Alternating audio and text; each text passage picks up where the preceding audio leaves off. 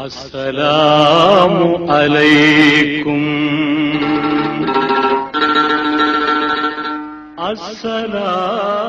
அஸ்ஸலாமு அலைக்கும். அல்லாஹ்வுடைய அடையாள சின்னங்களுக்கு, அல்லாஹ் சம்பந்தப்பட்ட பொருட்களுக்கு யாரெல்லாம் கண்ணியம் குறைவாக நடந்து கொள்கிறார்களோ அப்படிப்பட்டதை அனுமதிக்காதீர்கள் என்பதாகவும் அல்லாஹ் தஆலா சொல்லி காண்பிக்கின்றான். எனவே அல்லாஹ் சம்பந்தப்பட்ட விஷயத்தை கண்ணியப்படுத்த வேண்டும். அப்படி யார் அதற்கு நேர் மாற்றமாக அதற்கு குந்தகம் விளைவிக்கக்கூடிய வகையில் நடந்து கொள்கிறார்களோ அதை அனுமதிக்கவும் கூடாது. அது தக்வாவிற்கு எதிரானது என்பதாகவும் அல்லாஹ் சுப்ஹானஹு வ தஆலா ஈமான் கொண்டவர்களுக்கு வலியுறுத்துகின்றான். அந்த அடிப்படையில் அல்லாஹ்வை ஞாபகப்படுத்தக்கூடிய பொருட்களில் மிகவும் முக்கியமானது பள்ளிவாசல்கள். பள்ளிவாசலை நாம் சரியான முறையில் பராமரிப்பதை போன்றே அதன் கண்ணியத்தையும் சரியான முறையில் கொடுக்க வேண்டும்.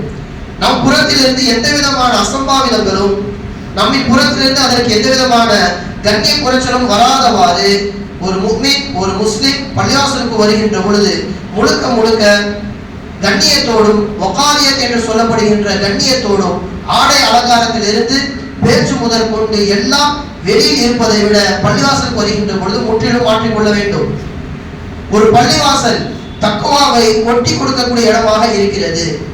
ஹஜ்ரத் சல்மான் ஃபாரிஸி ரலியல்லாஹு தஆலா அன்ஹு அவர்கள் அபூ தர்தா ரலியல்லாஹு தஆலா அன்ஹு அவர்களுக்கு ஒரு கடிதம் எழுதுகின்றார்கள். அதிலே சொல்லப்படுகின்ற செய்தி மிகவும் முக்கியமானதும் ஆச்சரியமானதும் கூட. யா அஹி அலைக பில் மஸ்ஜித் ஃபல்சிமுஹு, என்னுடைய சகோதரரே, நீங்கள் பள்ளிவாசலை பற்றி பிடித்துக் கொள்ளுங்கள், விட்டுவிடாதீர்கள். ஃபல்சிமுஹு, முடிந்த அளவிற்கு சக்தியை மீறியும் நீங்கள் அதை அவசியமாக்கிக் கொள்ளுங்கள். ஃபைன்னி சமிஅத்து நபிய ஸல்லல்லாஹு அலைஹி வஸல்லம், நான் ரசூலுல்லாஹ்விடம் அவர்கள் சொல்லி நான் கேட்டிருக்கின்றேன், அல் மஸ்ஜிது பைத்து குல்லி தகியின், பள்ளிவாசல் இறையற்றவாதிகளுடைய வீடாக இருக்கிறது என்பதாக சொல்லி காண்பிக்கிறார்கள். இதை நான் ரசூலுல்லாஹ்விடம் இருந்து கேட்டேன் என்று சல்மான் ஃபாரிஸி ரலியல்லாஹு தஆலா அன்ஹு அவர்கள் கடிதம் எழுதுகின்றார்கள். எனவே இந்த இல்லத்திற்குள் நீங்கள் வந்துவிட்டால் தக்வாவை நீங்கள் மனதிற்குள்ளே வைத்திருக்கிறீர்கள் என்பதாக பொருள். மேலும் சொல்லி முடிக்கிறார்கள். அந்த கடிதத்திலே எழுதி முடிக்கின்ற பொழுது வருகின்ற செய்தி இது, அல் மசாஜிது பயூத்துல்லாஹி ஃபில் அர்த், அல்லாஹ்வின் வீடு என்று இந்த உலகத்தில் ஒன்று இருக்கின்றது என்றால் அது பள்ளிவாசல்கள் தான். எவர் அந்த பள்ளிவாசலை அவசியமாக்கிக் கொள்கின்றாரோ அல்லாஹ் தஆலா அவர் விஷயத்தில் இரண்டை பொறுப்பெடுத்துக் கொள்கின்றான். ஃபகத் லமினல்லாஹு லிமன் கானத்தில் மசாஜிது பைத்துஹு, எவர் பள்ளிவாசலை தன்னுடைய வீடாகவே ஆக்கிக் கொள்கிறாரோ, வீட்டிலே நாம் எப்படி இருப்போமோ, வீட்டில் இருப்பது எப்படி மனதை விரும்புமோ, வெளி உலகத்தை விட வீட்டில் இருப்பது எப்படி நமக்கு சகீனத் என்கின்ற மன அமைதியை தருகின்றதோ, அதே போன்று எவர் பள்ளிவாசலை ஆக்கிக் கொள்கிறாரோ, பள்ளிவாசலை அவருக்கு வீடாக மாறிவிட்டதோ, அப்படிப்பட்டவருக்கு அல்லாஹ் தஆலா இரண்டே பொறுப்பெடுத்துக் கொள்கின்றான். முதலாவது பிர் ரஹ்மான், அல்லாஹ் அவருக்கு ரஹ்மத்தை கொட்டி கொடுக்கின்றான். இது முதலாவது சிறப்பு.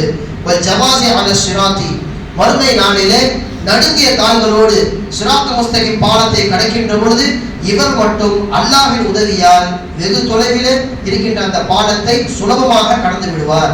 காரணம், பள்ளிவாசல் அவருடைய இல்லமாகவே மாறிவிடுகிறது. பள்ளிவாசல் இருப்பதை அவர் விரும்புகிறார். எனவே இப்படிப்பட்டவருக்கு அல்லாஹ் தஆலா ரஹ்மத்தையும் கொடுக்கின்றான், அந்த பாலத்தில் நடக்கக்கூடிய உதவியும் அல்லாஹ் தஆலா தருகிறான் என்று சல்மான் ஃபாரிஸி ரலியல்லாஹு தஆலா அன்ஹு அவர்கள் இதை அந்த கடிதம் மூலமாக தெரிவிக்கின்றார்கள். பள்ளிவாசலுக்கு வருவது எவ்வளவு சிறப்பானது! ஒரு எட்டுக்கு நன்மை எழுதப்படுகிறது, இடதுகாலை வைக்கின்ற பொழுது பாவங்கள் மன்னிக்கப்படுகிறது. இது போன்ற ஒரு சிறப்பு வேறு எந்த ஒரு அடையாள சின்னங்களுக்கும் அல்லாஹ் தஆலா கொடுப்பது கிடையாது. அதுவும் நம்முடைய பள்ளிவாசலை பொறுத்த வரைக்கும் அருகிலே வீடு இருக்கிறது. அன்னை ஆயிஷா ரலியல்லாஹு தஆலா அன்ஹா அவர்கள் சொல்லி காண்பிப்பார்கள், நான் ரசூலுல்லாஹ்விடம் சொல்லி கேட்டிருக்கின்றேன், வீடுகள் அதிகமாக இருக்கக்கூடிய பகுதிகளிலே பள்ளிவாசலை கட்டுங்கள் என்பதாக. அல்லாஹ் தஆலா நமக்கு அப்படி ஒரு வாய்ப்பை கொடுத்திருக்கின்றான். முடிந்த அளவிற்கு நடந்தே வருவதற்கு முயற்சி செய்ய வேண்டும். ஒரு பாவங்கள் மன்னிக்கப்படுகிறது என்றால், ஒரு நன்மைகள் எழுதப்படுகிறது என்றால் சாதாரணமான ஒரு விஷயமா? மறுமை நாளிலே ஒரு நன்மைக்காக வேண்டி மக்கள் போராடுவார்கள். யா அல்லாஹ், நான் சுப்ஹானல்லாஹ் என்று சொல்கின்ற அளவிற்கு உலகத்திலே அனுப்பிவிட்டு மீண்டும் என்னை மீட்டிக்கொள் என்பதாக மனிதன் கேட்பான், கெஞ்சுவான். ஆனால் பாவம் ஒன்று கூடுதலாக இருப்பதின் காரணமாக நரகத்திற்கு சென்று விடுவான். எனவே ஒரு பாவம் இங்கே மன்னிக்கப்படுகின்றது என்றால், அதற்கு பள்ளிவாசல் காரணமாக இருக்கிறது என்றால் முழுக்க முழுக்க அதை நாம் பயன்படுத்திக் கொள்ள வேண்டும். பள்ளிவாசலுக்கு செல்பவரை நீங்கள் பார்த்தால் அவர் ஈமான்தார் என்பதாக சாட்சி சொல்லுங்கள் என்று ரசூலுல்லாஹ் சொல்கின்றார்கள். ஃபைதா ரஐதுமு ரஜுல யஅதாதுல் மஸ்ஜித ஃபஷ்ஹது லஹு பில் ஈமான், தொடர்படியாக ஒரு பள்ளிவாசலுக்கு வந்து கொண்டே இருக்கிறார் என்பதை நீங்கள் பார்த்தீர்களானால் அவர் ஈமான்தாரி, அவர் உள்ளத்தில் ஈமான் இருக்கிறது என்பதை நீங்கள் சாட்சியாகவே சொல்லுங்கள் என்று ரசூலுல்லாஹி ஸல்லல்லாஹு அலைஹி வஸல்லம் அவர்கள் வலியுறுத்துகின்றார்கள். எனவே பள்ளிவாசல் நாம் அதை எப்படி எல்லாம் மதிப்பு கொடுக்க வேண்டும். பள்ளிவாசலில் முழுக்க முழுக்க திக்ருகள் இருக்க வேண்டும், தொழுகைகள் நிறைவேற்ற வேண்டும். ஒருபோதும் பள்ளிவாசலுக்கு வெளியே செய்கின்ற எந்த ஒரு அனாச்சாரங்களையும் வெட்டி பேச்சுகளையும் பள்ளிவாசலுக்குள்ளே நாம் கொண்டு வரவே கூடாது. அல்லாஹ் தஆலா சொல்கின்றான், ஃபில் புயூதி அதினல்லாஹு அன் துர்ஃபஅ வ யுذكر ஃபீஹா இஸ்முஹு யுஸப்பிஹு லஹு ஃபீஹா பில் குதுவி வல் ஆஸால். அல்லாஹ் தஆலா பள்ளிவாசலிலே சில விஷயங்களுக்கு அனுமதி கொடுத்திருக்கின்றான். காலையிலும் மாலையிலும் சில மக்கள் அல்லாஹ் தஆலாவை திக்ர் செய்தும் அல்லாஹ் தஆலாவை தஸ்பீஹ் செய்தும் காலை மாலை இப்படியே பள்ளிவாசலை கழித்துக் கொண்டிருப்பார்கள். இது முதலாவது வகையினர். இவர்கள் திக்ரிலேயே காலத்தை கழிப்பார்கள் பள்ளிவாசலுக்குள்ளே. மேலும் சொல்கிறான் அல்லாஹ் தஆலா, ரிஜாலுன் லா துல்ஹீஹிம் திஜாரத்துன் வலா பைஉன் அன் திக்ரில்லாஹ். உள்ளே வரக்கூடிய மனிதர்கள் யாரும் வெளி சம்பந்தப்பட்ட வியாபார விஷயத்தையோ அல்லது குடும்ப சூழ்நிலைகளை மனதில் கொண்டு இங்கே ஈடுபடக்கூடாது. ரிஜாலுன் லா துல்ஹீஹிம் திஜாரத்துன் வலா பைஉன் அன் திக்ரில்லாஹ். மனிதர்களை அவருடைய வியாபாரமோ அல்லது கொடுக்கல் வாங்கலோ ஒருபோது வீணடிக்க கூடாது. பள்ளிவாசலுக்குள்ளே இருக்கும் பொழுது அவருடைய கவனத்தை திருப்பக்கூடாது என்பதாக அல்லாஹ் தஆலா வழிகாட்டுகின்றான். இது இரண்டாவது வகையினர். இகாமி ஸலாத்தி வ ஈதாஇ ஸகாத்தி. அப்படிப்பட்ட நபர்கள் தான் சரியான முறையில் தொழுகையை நிறைவேற்றுவார்கள், ஸகாத்தையும் கொடுப்பார்கள். யகாஃபூன யௌமன் ததகல்லபு ஃபீஹில் குலூபு வல் அப்சார். உள்ளமும் பார்வையும் நடுநடுங்கி போயிருக்குமே அந்த மறுமை நாள், அதை கண்டு அஞ்சக்கூடியவர்கள் இந்த குணமெல்லாம் அவரிடத்தில் இருக்கும் என்பதாக அல்லாஹ் தஆலா சொல்லி காண்பிக்கின்றான். எனவே திக்ர் செய்வதற்காக இந்த இடத்தை ஆக்கிக் கொள்ள வேண்டும். சுப்ஹானல்லாஹ் தஸ்பீஹ் ஓதுவதற்காக இந்த இடத்தை ஆக்கிக் கொள்ள வேண்டும். தொழுகுவது, ஜக்காத்து கொடுப்பது, இது போன்ற நல்ல காரியங்களுக்கு மட்டும்தான் பள்ளிவாசல் இருக்குதே தவிர்த்து வியாபார நோக்கத்திலே உள்ள ஈடுபடுவது முற்றிலுமாக மார்க்கம் அதை தடை செய்திருக்கிறது. பள்ளிவாசலை பொறுத்த வரைக்கும் இவர்தான் பொறுப்பு, அவர்தான் செய்ய வேண்டும் என்ற ஒரு விஷயமே கிடையாது. இங்கே நன்மைகளை நாம் கொள்முதல் செய்கின்ற ஒரு இடம். யார் யாருக்கெல்லாம் வாய்ப்பு கிடைக்கின்றதோ பள்ளிவாசலை சுத்தம் செய்வதற்கு, பார்க்கின்ற ஒரு சின்ன சின்ன பொருள் எடுத்து அசுத்தம் செய்கின்ற பொழுது, அந்த அசுத்தமானதை எடுத்து நீக்குகின்ற பொழுது அல்லாஹ் தஆலா அவருக்கு மாபெரும் கூலியை வழங்குகின்றான். அது முஅத்தினுடைய பொறுப்பு என்பதாக நாம் ஒதுங்கி செல்லக்கூடாது. நமக்கு ஒரு வாய்ப்பு கிடைத்திருக்கிறது, என்னின் மூலமாக அல்லாஹ் தஆலா ஒரு வாய்ப்பை எனக்கு கொடுத்திருக்கின்றான் நன்மைகளை சம்பாதிப்பதற்கு என்று அதை எடுப்பதற்கு முயற்சி செய்ய வேண்டும். பள்ளிவாசலை சுத்தமாக வைப்பதற்கு அல்லாஹ் தஆலா கொடுக்கின்ற வெகுமதி என்னவென்று தெரியுமா? மன் அஹ்ரஜ அதம் மினல் மஸ்ஜிதி பனல்லாஹு லஹு பைத்தன் ஃபில் ஜன்னah. ஏதேனும் ஒரு இடையூறு தரக்கூடிய பொருட்களை பள்ளிவாசலை பார்க்கிறார், குப்பையோ அல்லது கல்லோ மண்ணோ ஏதேனும் ஒன்றை பார்க்கிறார், அதை அகற்றுபவருக்கு அல்லாஹ் தஆலா மறுமையில் மாபெரும் ஒரு வீட்டை கட்டுகிறான் என்பதாக ரசூலுல்லாஹி ஸல்லல்லாஹு அலைஹி வஸல்லம் அவர்கள் சொல்லி காண்பிக்கிறார்கள். எனவே திக்ரின் மூலமாகவும் பள்ளிவாசலை சுத்தமாக வைத்திருப்பதன் மூலமாகவும் அதற்கான கண்ணியத்தை நாம் முழுமையான முறையிலே கொடுக்க முடியும். ரசூலுல்லாஹ் இந்த பள்ளிவாசல் சம்பந்தப்பட்ட விஷயத்திலே மட்டும் எந்த அளவிற்கு இறங்கி ஒருவர் மீது அன்பு செலுத்துகிறார்கள் என்று பாருங்கள். ரசூலுல்லாஹ் பள்ளிவாசலுக்கு வருகிறார்கள். என்றுக்கும் இல்லாமல் அன்று ஒரு நாள் பள்ளிவாசலை விளக்கு ஏற்றப்பட்டிருக்கிறது. இருட்டு கிடக்கின்ற பள்ளிவாசலை தமீமு தாரி ரலியல்லாஹு தஆலா அன்ஹு அவர்கள் விளக்கு ஏற்றி வைக்கிறார்கள். யார் இதை செய்தது என்பதாக விசாரிக்க தமீமு தாரி தான் இதை செய்தார் என்று சொன்னவுடன் ரசூலுல்லாஹ் அவர்களுக்காக துஆ செய்கிறார்கள். நவ்வர்தல் இஸ்லாம், நீங்கள் பள்ளிவாசலை மட்டும் விளக்கேற்றி ஒளிமயமாக ஆக்கவில்லை. நவ்வர்தல் இஸ்லாம், இஸ்லாத்தையே நீங்கள் ஒளி கொடுத்து விட்டீர்கள், இஸ்லாத்திற்கே நீங்கள் வெளிச்சத்தை கொடுத்து விட்டீர்கள்.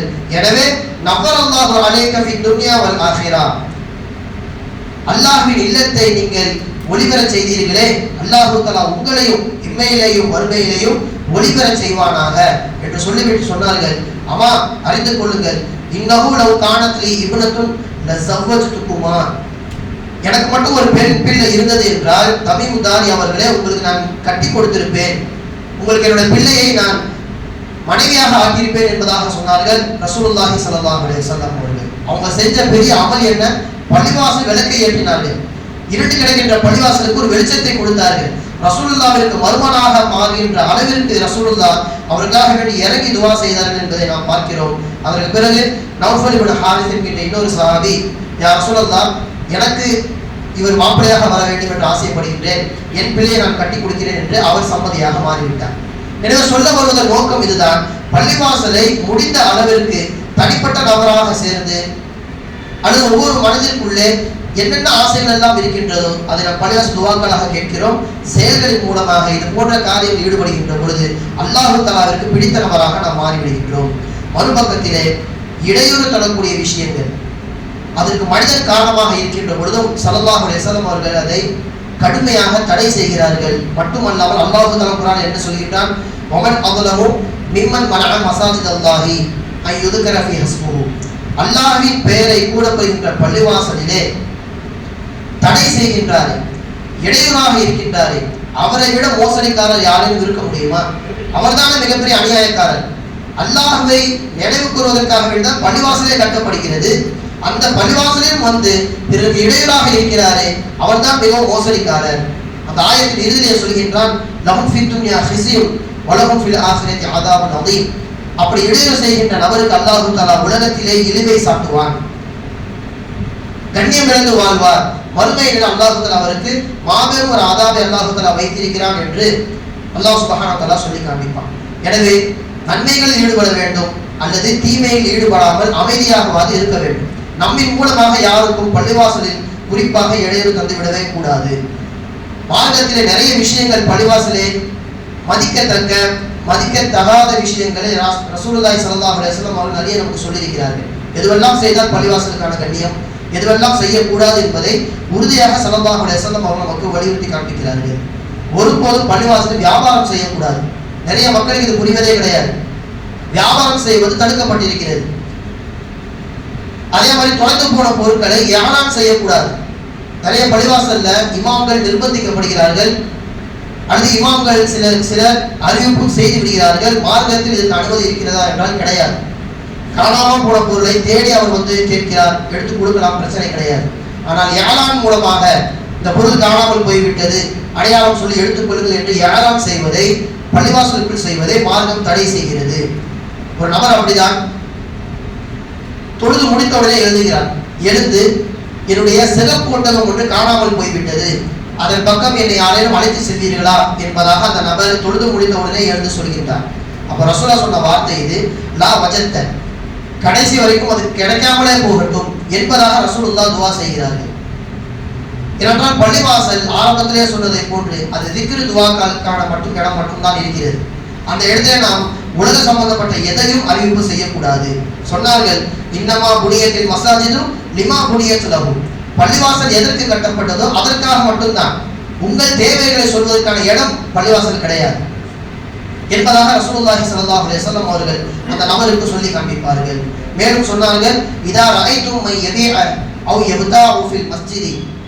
யாரேனும் ஒரு நபர் பள்ளிவாசலிலே வியாபாரம் செய்வதை அல்லது கொடுக்கல் வாங்கல் வியாபாரம் செய்வதை நீங்கள் பார்த்தால், ஃபகூலு, இப்படி சொல்லுங்க அவர்கிட்ட, லா அர்பஹல்லாஹு திஜாரத்தக, உன் வியாபாரத்தில் அல்லாஹ் தஆலா லாபத்தை தராமலே போகட்டும், லாபத்தை தர வேண்டாம் அல்லாஹ் தஆலா என்பதாக துஆ செய்யுங்கள் என்று ரசூலுல்லாஹி ஸல்லல்லாஹு அலைஹி வஸல்லம் அவர்கள் அறிவிப்பு செய்கிறார்கள், சொல்கிறார்கள். அப்ப இதெல்லாம் மார்க்கத்திலே பள்ளிவாசலுக்குள் தடை செய்யப்பட்ட விஷயங்கள். அத்தா இப்னு ரபாஹ் ரஹிமஹுல்லாஹ் அவர்கள் பள்ளிவாசல் இருக்கின்ற பொழுது, அதாவது அத்தா இப்னு யஸார் பள்ளிவாசல் இருக்கின்ற பொழுது வியாபார பொருட்களை அள்ளி கொண்டு ஒரு நபர் கடந்து செல்கிறார். எங்கே செல்கிறீர்கள்? அவர் கேட்கிறார். வியாபார பொருட்களை எடுத்து வந்திருக்கிறேன், பள்ளிவாசல் ஓரளவுக்கு கூட்டம் வரும், எனவே அதை நான் வியாபாரம் செய்து சம்பாதிக்க வந்திருக்கிறேன் என்பதாக அவர்கள் சொல்ல, அத்தா இப்னு யஸார் ரஹிமஹுல்லாஹ் அவர்கள் சொன்னார்கள், அலைக்க பிசூகி துன்யா, இந்த இடம் நீங்கள் பொருட்களை விற்பதற்கான இடம் கிடையாது. அதற்கு நிறைய கடைகள் வெளியே இருக்கிறது, அங்கே சென்று நீங்கள் வியாபாரம் செய்து கொள்ளுங்கள், லாபத்தை பார்த்துக் கொள்ளுங்கள். ஃபைன்னமா ஹாதிஹி சூக்குல் ஆஹிரா, இதே இந்த பள்ளிவாசல் இருக்கிறது, இது மறுமைக்கான கடை. இங்கே நீங்கள் நன்மைகளை தான் வாங்க வேண்டுமே தவிர்த்து பொருட்களை வாங்கக்கூடாது அல்லது பொருட்களை விற்கக்கூடாது. இது மறுமை சம்பந்தப்பட்ட கடை, உடனே இங்கிருந்து வெளியே சென்று விடுங்கள் என்பதாக அத்தா இப்னு யஸார் ரஹிமஹுல்லாஹ் அவர்கள் சொல்லி காண்பிக்கிறார்கள். அப்ப அந்த அளவிற்கு உலகம் சம்பந்தப்பட்ட எதையும் நாம் உள்ளே கலந்து விடக்கூடாது. ரசூலுல்லாஹ் சொன்னார்கள், இன்னமா ஹாதிஹி லிதிக்ரில்லாஹி அஸ்ஸ வஜல், இது அல்லாஹ்வை நினைவு கூறுவதற்கான ஒரு இடம். மேலும் சொன்னார்கள், வஸ்ஸலாத்தி, தொழுவதற்கான இடம், வகிராஅத்தில் குர்ஆனி, குர்ஆனை ஓதுவதற்கான இடம். இந்த மூன்றை தவிர்த்து இங்கு எதற்கும் அனுமதி கிடையாது என்பதை ரசூலுல்லாஹி ஸல்லல்லாஹு அலைஹி வஸல்லம் அவர்கள் நமக்கு அறிவுறுத்தி காண்பிக்கிறார்கள். எனவே பள்ளிவாசல் அமைதியின் இடமாக இருக்க வேண்டும். வெட்டி பேச்சுகளுக்கு இங்கே இடம் கிடையாது. மஸ்ஜித் நபவியில் ஒரு நபர் பேசிக்கொண்டே இருக்கிறார். அங்கே வந்த உமர் ரலியல்லாஹு அன்ஹு அவர்கள் சொன்னார்கள், ததரி ஐனா அன்த, எங்கே இருந்து கொண்டு நீங்கள் பேசுகிறீர்கள்? பள்ளிவாசலிருந்து உங்களுக்கு இந்த பேச்சு வெளியே வருகிறதா? அமைதிக்காரர்கள் அல்லது பள்ளிவாசல் விட்டு வெளியே சென்று விடுங்கள் என்று சாட்டையை கையில் எடுத்து விட்டார்கள். அந்த அளவிற்கு பள்ளிவாசல் அமைதி இடமாக இருக்க வேண்டும், கூச்சலிடக்கூடாது, வெட்டி பேச்சுகளை பேசக்கூடாது.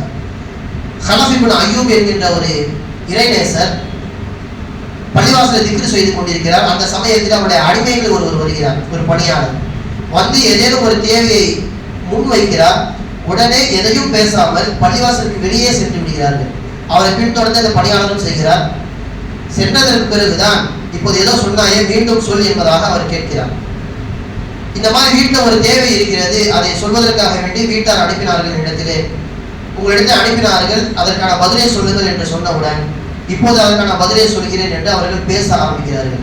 இதை நீங்கள் உள்ளே சொல்லியிருக்கிறாவே, ஏன் வெளியே வந்து நீங்கள் பதில் கொடுக்க வேண்டும் என்று கேட்க, ஹலஃப் இப்னு அய்யூப் அவர்கள் சொன்னார்கள், மா தகல்லம் தூஃபில் மஸ்ஜிதி பிகலாமி துன்யா, உலகம் சம்பந்தப்பட்ட எதையும் நான் பள்ளிவாசல் இதுவரைக்கும் பேசினதே கிடையாது. முந்துவ கதா கதா, பல வருடங்களாக நான் இப்படியே தான் இருந்து கொள்கிறேன். எனவேதான் நீங்கள் கேட்கும் பொழுது நான் அமைதி காத்து வெளியே வந்து உங்களுக்கு பதில் சொன்னேன் என்பதாக சொல்கிறார்கள் ஹலஃப் இப்னு அய்யூப். எனவே பள்ளிவாசலில் உலக பேச்சுகளை முழுக்க முழுக்க நாம் தவிர்த்துக் கொள்ள வேண்டும். இரண்டாவதாக, பள்ளிவாசல் எந்த அளவிற்கு முக்கியமோ பள்ளிவாசலுக்கு தொலை வரக்கூடிய முசல்லிகளும் ரொம்ப ரொம்ப முக்கியமானவர்கள். அவர்களுக்கு இடையூறு தரக்கூடிய எதையும் பள்ளிவாசல் அனுமதிக்கவே கூடாது. காரணம், அவர்கள் தொழுகின்ற பொழுதெல்லாம் அல்லாஹ்வுடைய தொடர்பிலே இருக்கிறார்கள். அவர் உலகம் சம்பந்தப்பட்ட எதிலுமே இல்லாமல் தக்பீர் கட்டியது முதல் சலாம் கொடுக்கின்ற வரைக்கும் முழுக்க முழுக்க அவர்கள் பள்ளிவாசலிலே அல்லாஹ்வுடைய தொடர்பில் இருக்கிறார்கள். எனவேதான் ஸல்லல்லாஹு அலைஹி வஸல்லம் அவர்கள் அது போன்ற நபர்களுக்கு ஏதேனும் இடையூறு வந்தால் அதை தடையே செய்திருக்கிறார்கள். என் அருகில் இருக்கின்ற முசல்லிக்கு, தொழுகையாளிக்கு என்னின் மூலமாக ஒரு இடையூறு வருகின்றது என்றால் நான் பள்ளிவாசலுக்கே வரக்கூடாது என்பதை ஸல்லல்லாஹு அலைஹி வஸல்லம் அவர்கள் தடுக்கிறார்கள். நீங்கள் பூண்டு சாப்பிட்டு விட்டோ அல்லது வெங்காயம் சாப்பிட்டு விட்டோ பள்ளிவாசலுக்கு வராதீர்கள். அதன் மூலமாக துர்வாடை வரும். அதன் மூலமாக உங்கள் அருகில் இருக்கக்கூடிய முசல்லிகளுக்கு, தொழுகையாளிக்கு அது இடையூறு தருகிறது. அப்படிப்பட்ட நபர் பள்ளிவாசலுக்கே வர வேண்டாம் என்பதாக சொல்லி காண்பிக்கிறார்கள். ஃபலா யக்ருபன்ன ஃபீ மஸாஜிதினா, பள்ளிவாசலுக்கே வர வேண்டாம். ஃபைனல் மலாயிகத ததஅஸ்ஸா பிமா யதஅஸ்ஸா மின்ஹுல் இன்சான், மனிதன் எதன் மூலமாக எல்லாம் தொந்தரவு அனுபவிக்கின்றானோ அதை மலக்குமார்களும் அனுபவிக்கிறார்கள். அந்த பூண்டு வெங்காயத்தின் மூலமாக மனிதன் இடையூறு அனுபவிக்கின்றான். எனவே அந்த நபரை விட்டு மலக்குமார்களும் ஓடி போய்விடுகிறார்கள். இப்படி இரண்டு நபர்களை தொந்தரவு செய்யக்கூடிய நபர் பள்ளிவாசலுக்கே வர வேண்டாம் என்பதாக ரசூலுல்லாஹி ஸல்லல்லாஹு அலைஹி வஸல்லம் அவர்கள் தடை செய்திருக்கிறார்கள். எனவே முசல்லிகள் மிகவும் கவனிக்கப்பட வேண்டிய ஒருவர். அவருக்கு இடையே வரக்கூடிய எதையும் நாம் பள்ளிவாசல் செய்து விடவே கூடாது. இந்த நிலையில் தான் நாம் பிள்ளைகளை அழைத்து வருவதை குறித்து பார்க்கின்றோம். எவ்வளவுதான் பிள்ளைகள் விஷயத்திலே நாம் அந்த விஷயத்தை சொன்னாலும் பிள்ளைகளை சமாதானப்படுத்த வேண்டும், அவர்களுக்கு மார்க்கத்தை போதிக்க வேண்டும் என்று இருக்கும் பொழுது நிறைய பெற்றோர்கள் பிள்ளைகள் விஷயத்திலே கவனம் எடுப்பது கிடையாது. நான் ஒரு மார்க்க சட்டமாகவே இந்த இடத்திலே பதிவு செய்கின்றேன். இஸ்லாமிய மார்க்கத்தில் ஆரம்பத்தில் சொன்னதை போன்று முசல்லிகளுக்கு எந்த விதமான ஒரு தொந்தரவும் பள்ளிவாசலிலே வரக்கூடாது. காரணம், அவர் அல்லாஹ்வோடு தொடர்பில் இருக்கின்றார். உதாரணத்திற்கு நாம் பிள்ளைகளை அழைத்து கொண்டு ஒரு நூலகத்திற்கு அழைத்து செல்கின்றோம், லைப்ரரி. அங்கே சின்ன சத்தம் கூட வராது, பின்ட்ராப் சைலண்ட்ல அங்க இருக்கும். அந்த இடத்துல நம்ம பிள்ளை சத்தம் போட்டால் சுற்றி உள்ளவர்கள் என்ன நினைப்பாங்க என்பதாக நம்ம யோசிப்போம். அடுத்து நம்ம பிள்ளை அந்த இடத்துல கண்டித்து அடக்கி வைப்போம். ஏனென்றால் அவர்கள் புத்தகத்தோடு தொடர்பு இருக்கிறார்கள், அவர்களை நாம் தொந்தரவு செய்யக்கூடாது என்பது நமக்கு புரிந்திருக்கிறது. அதுவே நீங்கள் பள்ளிவாசல் எடுத்துக் கொள்ளுங்கள், இங்கே முசல்லிகள் அல்லாஹ்வோடு தொடர்பில் இருக்கிறார்கள். அவர்களுக்கு இடையூறு செய்யும் விதமாக ஒரு வாசனை கூட வரக்கூடாது என்பதாக ஸல்லல்லாஹு அலைஹி வஸல்லம் அவர்கள் சொன்னார்களே. அப்போ பிள்ளைகளின் மூலமாக நாம் சத்தத்தை பிள்ளைகள் விடுகின்ற பொழுது அதை அடக்காமல் எப்படி இருப்பது? பிள்ளைகள் அப்படித்தான் இருப்பார்கள், அவர்கள் அப்படித்தான் இருக்க வேண்டும். இல்லை என்றால் பள்ளிவாசலுக்கு அவர்கள் வராமல் போய்விடுவார்கள் என்பதாக சிலர் பேசுகின்றார்கள். வர வேண்டாம் என்பதாக யாரும் தடுக்கவில்லை, அவர்களுக்கான ஒழுக்கத்தை போதிக்க வேண்டும். இப்படிதான் பள்ளிவாசல் இருக்க வேண்டும் என்கின்ற அந்த கண்டிப்பும் அந்த உபதேசமும் பிள்ளைக்கு கொடுத்து கொண்டே இருக்க வேண்டும். காரணம், அல்லாஹ் சுப்ஹானஹு வ தஆலா எபெருமான ரசூலுல்லாஹி ஸல்லல்லாஹு அலைஹி வஸல்லம் அவர்கள் மூலமாக சொல்லி காண்பிக்கின்றான், இன்னல் முஸல்லி யுனாஜி ரப்பஹு ஃபல்யக்துர் பிமா யுனாஜிஹி. எப்ப சொன்னாங்க என்றால், ஒரு கூட்டம் தொழுது கொண்டிருக்கிறது, இன்னும் ஒரு கூட்டம் குர்ஆன் ஓதி கொண்டிருக்கிறது. குர்ஆன் ஓதக்கூடிய நபரை பார்த்து ஸல்லல்லாஹு அலைஹி வஸல்லம் அவர்கள் சொன்னார்கள், குர்ஆன் ஓதுவதை நீங்கள் குறைத்துக் கொள்ளுங்கள், சப்தத்தை உயர்த்தாதீர்கள். காரணம், அருகில் இருக்கக்கூடிய முஸல்லிகள் தொழுகையாளிகள் அல்லாஹ்வோடு தொடர்பில் இருக்கிறார்கள். எனவே அவர்கள் யாரோடு தொடர்பில் இருக்கிறார்கள் என்பதை நீங்கள் கவனித்து உங்கள் குரலை தாழ்த்திக் கொள்ளுங்கள், சத்தம் போட்டு ஓத வேண்டாம் என்பதாக ரசூலுல்லாஹி ஸல்லல்லாஹு அலைஹி வஸல்லம் அவர்கள் சொல்லி காட்டுகிறார்கள். குர்ஆன் ஒரு நல்ல விஷயம் தானே, அவர்களுக்கு ஏன் இந்த ஒரு கட்டுப்பாடு? தொழுகைதான் பள்ளிவாசலில் முக்கியம். அதற்கு இடையூறு தரக்கூடியது குர்ஆனாகவே இருந்தாலும் அல்லது திக்ர் மஜ்லிஸாகவே இருந்தாலும் அதை ஸல்லல்லாஹு அலைஹி வஸல்லம் அவர்கள் தடை செய்திருக்கிறார்கள். வலா யஜ்ஹரு பஅதுக்கும் அலா பஅதின் பில் குர்ஆன், குர்ஆனை ஒருபோதும் சத்தம் போட்டு முஸல்லிகளுக்கு இடையூறாக நீங்கள் ஆகிவிடாதீர்கள் என்பதாக சொன்னார்கள் ரசூலுல்லாஹி ஸல்லல்லாஹு அலைஹி வஸல்லம் அவர்கள். எனவே பள்ளிவாசல் அமைதியாக இருக்க வேண்டும். பிள்ளைகள் சத்தம் போடுகின்ற பொழுது அதை பெற்றோர்கள் அடக்க வேண்டும். பிள்ளைகளிடத்தில் சொன்னா மாறிக்கொள்வார்கள், ஆனால் சொல்லாமலே இருந்து விடக்கூடாது. நம்ம பொதுவாகவே பெரியவர்கள் விஷயத்தில் சொல்லும் பொழுது பாவத்தை விட்டு எப்படி தவிர்த்து கொள்ளலாம் என்று பார்க்கும் பொழுது இமாம் பூஸிரி ரஹிமஹுல்லாஹ் ஒரு விஷயம் சொல்வார்கள், உங்கள் உள்ளம் என்பது குழந்தையை போன்று. எதை நீங்க சொல்லிக்கொண்டே இருக்கிறீர்களோ குழந்தை உடனே பழகிக் கொள்ளும். அது மாதிரிதான் உள்ளமும், நீங்க சொல்ல சொல்ல உள்ளம் அது கேட்டால் போல் பழகிவிடும் என்பதாக சொன்னார்கள். அதே மாதிரிதான் நம்ம குழந்தைகிட்டே நேரடியாக பேசுறோம், பள்ளிவாசல்லாம் இப்படிதான் இருக்கணும், வீடு மாதிரி கிடையாது, இங்கே விளையாடக்கூடாது, சத்தம் போடக்கூடாது, நிறைய பேருக்கு இதனால இடையூறு ஏற்படும் என்று நாம் சொல்ல சொல்ல பிள்ளைகள் மாறிவிடும். ஆனால் நிறைய பேர் இதை சொல்லாமலேயே அல்லது சொல்பவர்கள் மீது கோபப்படுகிறார்கள். அவர்கள் சொல்லும் ஆதாரம் என்னவென்றால், எந்த ஒரு மார்க்க அறிஞரும் சொல்லாத ஒரு விஷயம் எது, சொல்லாத விளக்கம் எது. ரசூலுல்லாஹ் தொழுகையில் இருக்கின்ற பொழுது ஹசன் ஹுசைன் ரலியல்லாஹு அன்ஹுமா தோளில் ஏறி விளையாண்டார்கள். ஸல்லல்லாஹு அலைஹி வஸல்லம் அவர்களே அதை தடுக்கவில்லையே என்பதாக அந்த ஹதீஸிலிருந்து தவறான ஒரு விளக்கத்தை எடுக்கிறார்கள். இதுவரை வந்த ஒரு இமாம்கள் கூட, ஒரு ஹதீஸ் கலை வல்லுநர் கூட இந்த ஹதீஸுக்கு இப்படி விளக்கம் கொடுத்ததே கிடையாது. ரசூலுல்லாஹ் எவ்வளவுதான் அவர்களுக்கு தொழுகையிலே இடையேற்றக்கூடிய விஷயங்கள் வந்தாலும் அவர்கள் நினைவு மாறாது. இது முதலாவது தரக்கூடிய விளக்கம். இரண்டாவது, அந்த பிள்ளைகளை ஸல்லல்லாஹு அலைஹி வஸல்லம் அவர்கள் தோளில் ஏறுவதற்கு அனுமதிக்கிறார்கள் என்றால் அது ரசூலுல்லாஹ்வின் அன்பை தான் காண்பிக்கிறது, ரசூலுல்லாஹ்வுடைய அந்த இரக்க குணத்தை தான் காண்பிக்கிறது என்று இரண்டு விளக்கத்தோடு இமாம் பெருமக்கள் நிறுத்திவிட்டார்கள். விளையாடுவதற்கு இதில் அனுமதி இருக்கிறது, பள்ளிவாசலில் பிள்ளைகள் விளையாடுவதற்கு ரசூலுல்லாஹ் அனுமதி தந்தார்கள், அதை தடுக்கவில்லை என்று எந்த ஒரு மார்க்க அறிஞரும் இதுவரைக்கும் விளக்கம் கொடுத்தது கிடையாது.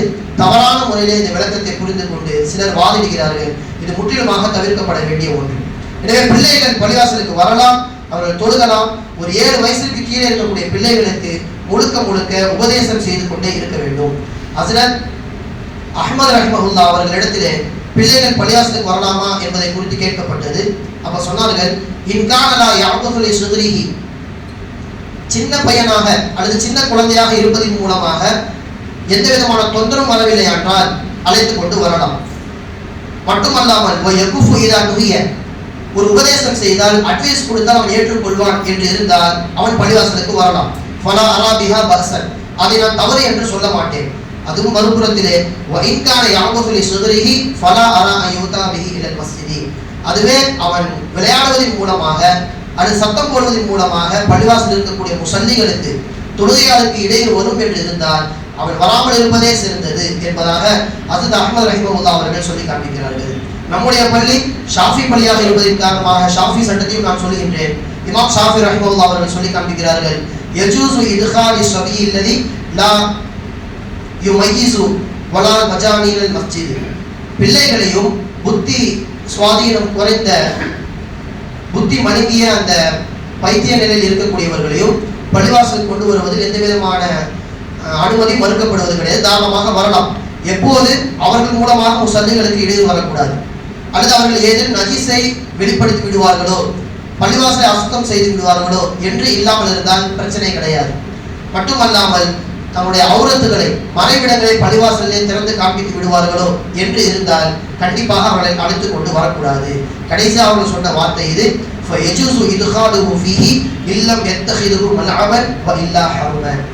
பள்ளிவாசலில் வந்து தொழுகாமல் எந்த ஒரு நல்ல காரியத்திலும் ஈடுபடாமல் பள்ளிவாசலை ஒரு விளையாட்டு தளமாக விளையாடுமிடமாக ஒரு பிள்ளை ஆக்கி கொண்டான் என்றால் அதை முற்றிலுமாக தவிர்க்க வேண்டும்.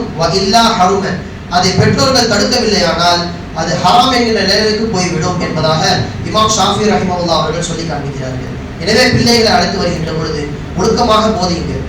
பள்ளிவாசல் இப்படித்தான் இருக்க வேண்டும், சத்தம் போடக்கூடாது, ஷஃபுக்கு இடையில ஓடக்கூடாது என்பதெல்லாம் நாம் சொல்ல சொல்ல பிள்ளைகள் மாறிவிடும். இதன் மூலமாக முசல்லிகளும் நிம்மதியாக தொழுவார்கள், பள்ளிவாசலுடைய மாண்பும் பாதுகாக்கப்படும் என்பதற்காக வேண்டிதான் இவ்வளவு விஷயங்கள் சொல்லப்பட்டது. எல்லாம் அல்லாஹ் சுப்ஹானஹு வ தஆலா பள்ளிவாசலுடைய மாண்பை கருத்தில் கொண்டு நிம்மதியாக வணங்கக்கூடிய இடமாக அல்லாஹ் தஆலா ஆக்குவானாக. வ ஆகிரு தஅவானா அல்ஹம்துலில்லாஹி ரப்பில் ஆலமீன். அஸ்ஸலாமு அலைக்கும் வரஹ்மத்துல்லாஹி வபரகாத்துஹு.